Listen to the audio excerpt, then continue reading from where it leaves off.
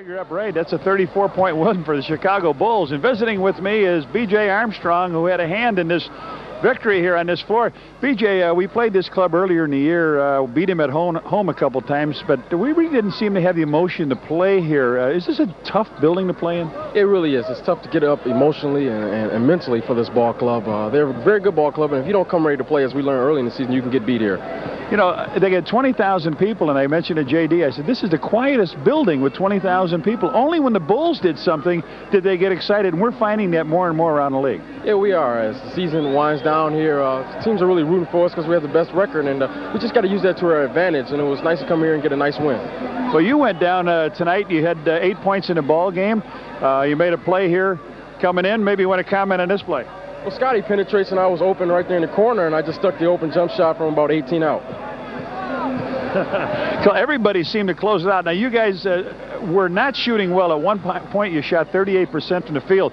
Then everybody went to the glass. Horace was going, and Bill Cartwright was going. Will Perdue came off the bench. Scotty, you guys set a record with 59 rebounds against this club tonight for, well, a tie this year anyway. It was. I think that contributed to us not shooting around this morning. But we came out, we hit the glass hard, and we found our second shot, second opportunities will get us back in the game. And it really did in the first quarter, and kind of led us and got us up emotionally for the rest of the ball game. You know, I think Phil was a little bit afraid that you guys might bypass a game like this and maybe even Washington and look ahead to the game we've got with Boston. That seems to be the big game on a trip, but if you don't win these first two, that really is a bad effort on Sunday. It's real easy to overlook these ball clubs, you know, in the jerseys and the Bullets, but we're really looking forward to that game on Sunday. That game's mean a lot, but it won't mean anything, like you said, unless we win these two ball games here.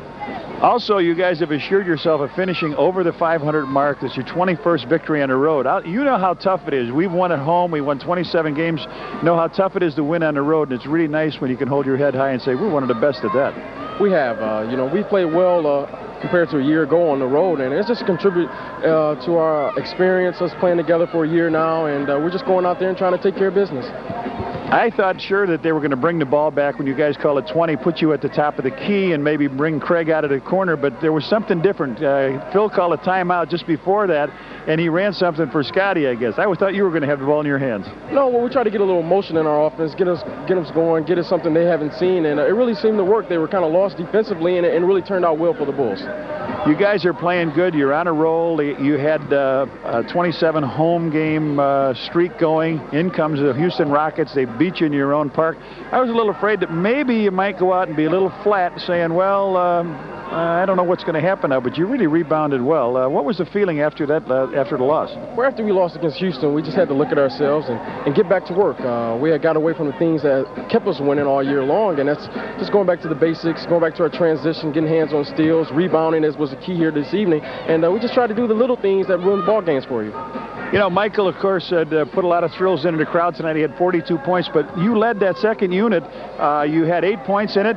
We're going to take a look here. Here's a jumper for you off the other side now. Well, Scotty, I think we get a transitional rebound here, and Scotty penetrates because he's a great penetrator, and he kicks it out again, and I hit the jumper from the other side this time. Well, you know, a lot of three-point plays are generated when you're in the game, too. You're not only shooting over the 50% mark now, but Craig Hodges made one tonight. You want to comment on this, baby? This was from long distance. This is what Craig calls his ace of spade. He tries to take all the life out of you, and he pulls up from long range out deep, and he hits it nothing but the net. And look at Michael. He's judging it. Yeah, it was. It was all a thrill for all of us. It was a thrill for all of us here, of course, from Brendan Byrne Arena in New Jersey. The Bulls win. They'll continue on.